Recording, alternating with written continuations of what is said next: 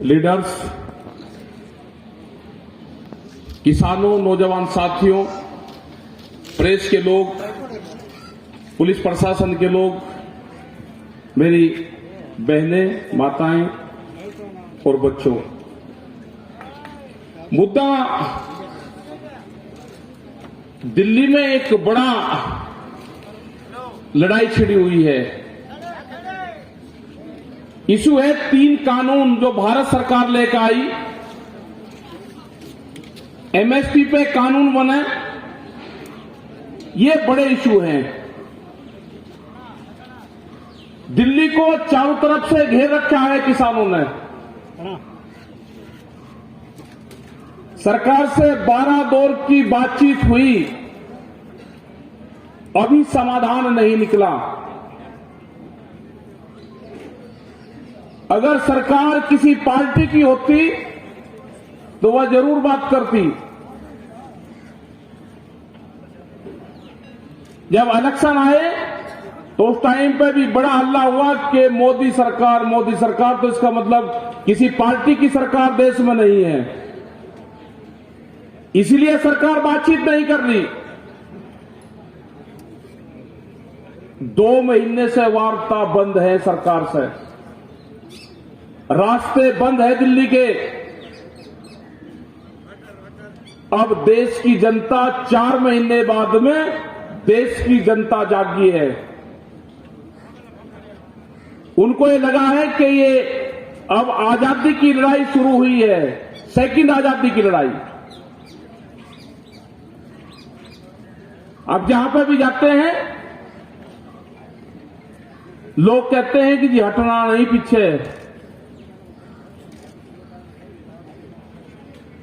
इसका मतलब पूरा देश बंधन में है, कैद में है। आम जनता को किस तरह से बांधा गया है। अगर कोई बोलता है तो जेल है इसके लिए, किसी की बोलने की हिम्मत नहीं है। पूरे सेक्टर बेच दिए। करीब 26 बड़ी कंपनियां सरकार के टारगेट पे है। रेलवे, एयरपोर्ट, तेल की बड़ी बड़ी कंपनियां, एलआईसी, ये जितनी भी बड़ी बड़ी वे संस्थान सब बिकाई पे है, बिकने लग रहे हैं। आम जनता को लगा दिया कि मंदिर के इशू पर लगा दिया, दूसरे इशू पर लगा दिया, लड़ाई झगड़े पर लगा दिया, जातिवाद और धर्मवाद में बांट दिया। इनका कोई संबंध नहीं है उससे। ये तो कंपनी को बेचना है, ये लुटेरे हैं। देश को बेचना ही एकमात्र मकसद है इनका। जब इन्होंने किसानों पे वार करा, जब आंख खुली कि ये तो अगला टारगेट इनका गांव है, उस गांव में बड़ी बड़ी कंपनियां, बेंगलोर में शहर में बैठे वाली कंपनी जो दिल्ली और बेंगलोर की चमकीली कोठियों में बैठी, वो गांव की तरफ को रुख कर रही, वो खेती करना चाहती है। अब वो यहां पे व्यापार करेगी खेती का। उनके जो सर्वे है, वो सर्वे है कि सोना और चांदी का व्यापार नहीं, अब मिट्टी का व्यापार करो, अब भोजन का व्यापार करो। एक नया ट्रेंड चला है। उन्होंने कहा कि महिलाएं जो सोना पहनती है वो 17 बार पहनती है 1 साल में, लेकिन आदमी को जो भूख लगती है वो 700 बार लगती है। एक दिन में 2 बार उसको भूख लगती है। कि व्यापार भूख का करो, अनाज का व्यापार करो। अनाज को कैद करो, तिजोरियों में कैद करो, रोटी को, अनाज को गोदामों में कैद करो और उस पर व्यापार करो। भूख कितनी लगेगी उसके आधार पे देश में कीमतें तय होंगी।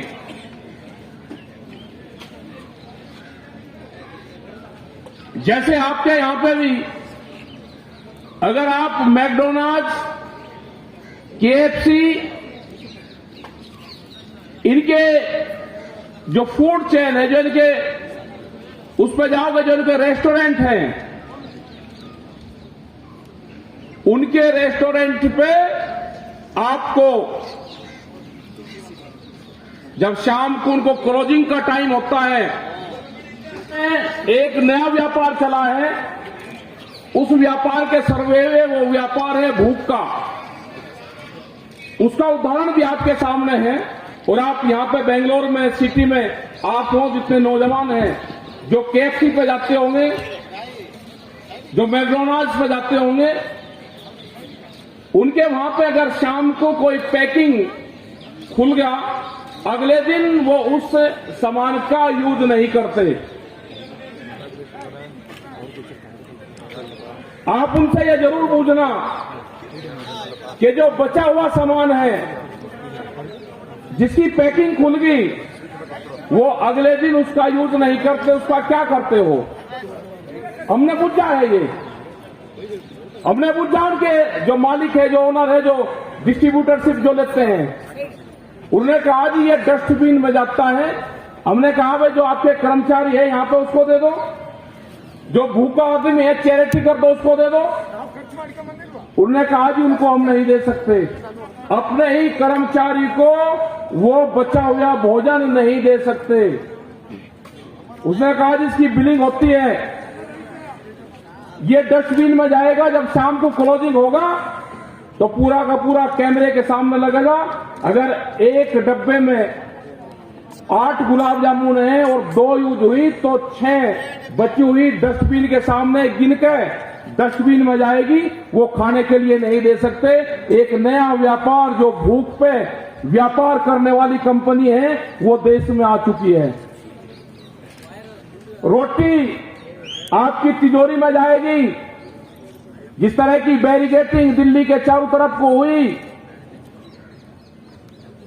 जो मंकी है, जो बंदर है, वो उसके अंदर से रोटी नहीं जा सकता। उसके अंदर से देश में कुत्ता जो डॉग है वो भी भूख से मरेगा, क्योंकि अनाज व्यापारियों के गोदाम में बंद होगा। ये कॉन्सेप्ट नहीं चलने वाला। हमको पहल करनी पड़ेगी किसानों को। एमएसपी है नहीं, गोदाम देश में पहले बने और कानून बाद में आया। तो ये लगता है कि पार्लियामेंट से पीएमओ तक कंपनी की पहुंच है। पीएमओ के घर तक, पीएमओ के ऑफिस तक, प्रधानमंत्री के ऑफिस तक, पार्लियामेंट तक, बड़े बड़े जो घराने हैं उनकी पहुंच है वहां तक, जब ही उनके गोदाम बने। कानून बाद में आएगा देश में, गोदाम पहले बनेंगे। ये नहीं होगा। किसानों को जागना पड़ेगा, जो नौजवान हैं उनको जागना पड़ेगा। आपको सर्वे करने होंगे, जितनी भी नौकरियां नौजवानों को बेंगलोर में लगी, क्या उनको बढ़ी हुए या घटी? जो नौजवान था एमपी एमएलए हैं उनको पेंशन 3-3 और 4-4 पेंशन। जो हमारे कर्मचारी है उसको एक भी पेंशन नहीं है। उसका कानून कौन बनाएगा? आप अपनी तनख्वाहें बढ़ाओगे, आप अपनी पेंशनें बढ़ाओगे। देश का जो कर्मचारी है, जो फौज में, जो फोर्स में नौकरी करता है, दूसरे विभागों में नौकरी करता है, उसकी पेंशन नहीं है। 2004 के बाद में बहुत से कर्मचारियों की पेंशन बंद कर दी गई, बहुत विभागों की पेंशन। ये नहीं चलेगा, ये आंदोलन चलेगा। या तो उनको भी अपनी पेंशन छोड़नी पड़ेगी। प्रधानमंत्री ने जिस तरह से सिलेंडर को सब्सिडी छोड़ने की बात करी, उनको अपील करनी पड़ेगी कि कौन कौन विधायक, एमपी, एमएलए पेंशन छोड़ेगा, उनको अपील करनी पड़ेगी उसकी। जो छोड़ना चाहते हैं वो छोड़ देंगे, उनका स्वागत करेंगे हम। ये संयुक्त मोर्चा उनका स्वागत करेगा। और जो नहीं छोड़ना चाहता तो वो आपसे वोट मांगने जरूर आएगा। ये क्वेश्चन उससे जरूर कर लेना। सिलेंडर का क्या हाल हुआ? 350 का सिलेंडर 850 रुपया में, वापसी 1 रुपया अब नहीं आता। ये जो महंगाई है ये कहां जाएगी? क्योंकि वोट आपसे दूसरे मकसद से ली गई और काम देश में दूसरा चल रहा है। बीजेपी के लोग भी बहुत लोग संपर्क में हैं, वे अभी बोलने की हिम्मत नहीं कर रहे। कुछ कुछ लोग निकल कर आ रहे हैं, उन्होंने कहा कि छोड़ना नहीं, ये आंदोलन नहीं छोड़ना। तो ये आंदोलन छूटेगा नहीं, देश में कुछ छोटा ही नहीं। विपक्ष कमजोर है, इसलिए हाउस में नहीं बोलता, बाहर सड़कों पर बोलना चाहिए उसको। आए वो भी निकल गए, जितनी संस्थाएं हैं उसके लोग आए निकल गए, कर्मचारी आए निकल गए, उन सबको आना पड़ेगा। किसान ने पूरी घेराबंदी कर दी है। बेंगलोर सिटी में एक नया मोर्चा खोलने की जरूरत यहां पे है। और जब तक बेंगलोर को दूसरी दिल्ली की संज्ञा नहीं दोगे, जब तक ये मोर्चे किसानों के फतेह नहीं होंगे। जितने भी साउथ के स्टेट है, जितने भी संगठन हैं, वो दिल्ली नहीं जा सकते, उनको नए मोर्चे खोलने पड़ेंगे। ट्रैक्टर के साथ में संघर्ष करना पड़ेगा, ट्रैक्टर को ले जाना पड़ेगा। और जिस दिन पुलिस फोर्स के लोग ट्रैक्टर को रोकेंगे तो ये मान लेना कि ये किसान को रोक रहे हैं। अगर गाड़ी से आंदोलन होता तो पंजाब और हरियाणा और उत्तर प्रदेश के लोग दिल्ली तक नहीं आ सकते थे। अपने ट्रैक्टर तैयार करें, दीवारें तोड़ी। जब ट्रैक्टर होता है ना तो ये दीवारें ये सब तोड़ देता है। वो अपने रास्ता खुद बनाता है किसान। जब बंजर जमीन में वो फसल बोता है, उसको पाड़ता है। तो ये रास्ते कुछ नहीं, बैरिकेटिंग तोड़ने सीखना पड़ेगा आपको। जब तक आप बैरिकेटिंग नहीं तोड़ोगे, ट्रैक्टर लेकर नहीं चलोगे, ये किसान की जो आजादी की लड़ाई है ये अधूरी रहेगी। 10 साल पुराना ट्रैक्टर बंद कर दिया, अब उसको नहीं चला सकता किसान। आपके यहां पे भी बंद करेंगे एनजीटी के नाम पे। 15 साल का पूरे देश में बंद है। क्या कोई किसान है कि 15 साल और 10 साल में नया ट्रैक्टर खरीद लेगा? ये जमीन छीनने का प्लान है। आपके ट्रैक्टर जाएंगे, सीड भी ला रहा है बीज कानून, उसके माध्यम से किसानों को घेरने का प्रबंध करेंगे। बिजली अमेंडमेंट बिल, बिजली पे एक कानून आ रहा है कि किसी के पास में अगर 2 पशु होंगे उसको कॉमर्शियल कनेक्शन लेना पड़ेगा। वे बहुत से बिल आ रहे हैं। कॉन्ट्रैक्ट फार्मिंग, जो 3 बिल हैं, इंशाल्लाह भी बहुत बिल हैं। ये कानून है। अब तो सरकार से यह है कि इन 3 कानूनों को वापसी लो, एमएसपी पे कानून बनाओ। जब आंदोलन करना पड़ेगा। उत्तर प्रदेश में जो धान जो पेड़ी होती है वो पुलिस डीएम जो कलेक्टर होता है डीसी, उसके ऑफिस में बेची है। मुजफ्फरनगर के अंदर गन्ना डीएम के ऑफिस में बेचा डीसी के, वहां पर उसकी खरीद करवाई। तो कर्नाटक में क्यों नहीं हो सकता? आप जब घर से लेकर चलोगे तो होगा। घर छोड़ना पड़ेगा आपको। खास करके जो नौजवान है उसको इस आंदोलन की लीड करनी पड़ेगी। यूथ को आगे आना पड़ेगा। और जब तक जो युवा है अपने खेत की मिट्टी से अपनी बॉडी को टच नहीं करेगा, भारत सरकार जब चाहे संयुक्त मोर्चे से बातचीत कर सकती है। डॉक्टर दर्शनपाल, युद्धवीर सिंह, चुक्की, हमारे 40 लोग हैं संयुक्त मोर्चे के जो छांट रखे हैं। पूरे देश के जो किसान संगठन हैं, हमने बार बार कहा कि जब भी भारत सरकार बातचीत करेगी, हमारा मोर्चा बातचीत करेगा। जो इशू होंगे, अब बहुत से इशू आ गए, उन सब इशू पे बात करनी पड़ेगी। नहीं तो हम जाएंगे पूरे देश भर में। मसले बहुत हैं, पूरे देश में किसानों को जगाना पड़ेगा। किसान जागेगा तो ही देश बचेगा। दलितों के मामले हैं, महिलाओं के इशू हैं। बाबा भीमराव अंबेडकर, उनको संविधान लिखा, उन्होंने निर्माणदाता उसके रहे हैं वे। तार तार हुआ है संविधान दिल्ली में, बांटा गया है सब लोगों को। अब ये किसान और मजदूर नहीं बटेगा। जो उसके नारे हैं वे आप लोगों को ये नारे सीख लो। अपने हर मंच पे जय राम और जय भीम के नारे लगाने पड़ेंगे, इकट्ठे नारे। जय राम जय भीम, अल्लाहू अकबर, हर हर महादेव, ये नारे आपके लगेंगे तो आप बटोगे नहीं। ये नारे आपको लगाने पड़ेंगे। बहुत समाज बांटा। यहां पे बताया कि ये दलितों के नेता है। दलित कौन है? जो भी खेत में काम करने वाला है। दलित कोई जाति नहीं है। दलित वो है जो खेत में काम कर रहा, जो मिट्टी से काम कर रहा है, वो सब दलित है।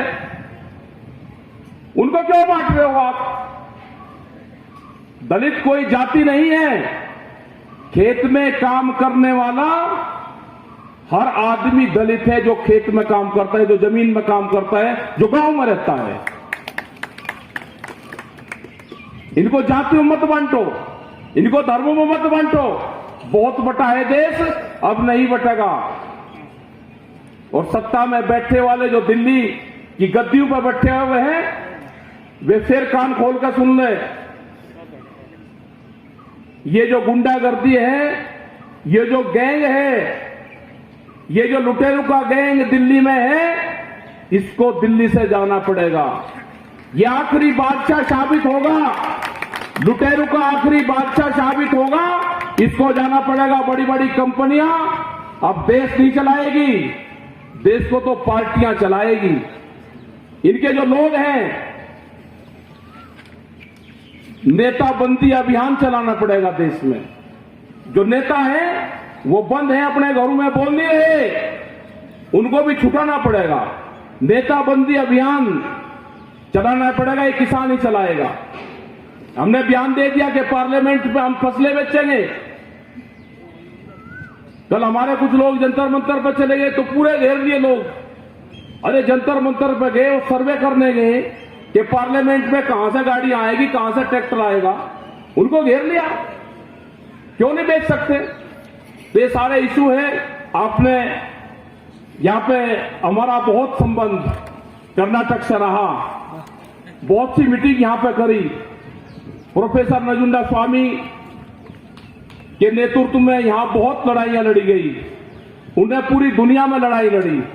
और जो बात आज हम कंपनियों की कर रहे हैं, प्रोफेसर साहब ने आज से 25 साल पहले ये सारी बात WTO, IMF, वर्ल्ड बैंक, ये सारी बातें चर्चा प्रोफेसर MD नजुंडा स्वामी ये सब चीजें करते थे, कंपनियों के खिलाफ मुहिम चलाते थे। और आज 25 साल बाद में देखने को आया कि राजनीति और कंपनियों का बड़ा गठजोड़ देश में देखने को मिल रहा है। लेकिन इस आंदोलन की जो अगुवाई जो किसान कर रहा है, जो संयुक्त मोर्चा कर रहा है, उनके साथ में सभी लोग जुड़े हुए हैं। तो उन सबका भी धन्यवाद। आपने हमारी बात यहां पर सुनी, आप सबका धन्यवाद। जय हिंद, जय भारत, जय भीमराव अम्बेडकर। जिंदाबाद जिंदाबाद जिंदाबाद जिंदाबाद।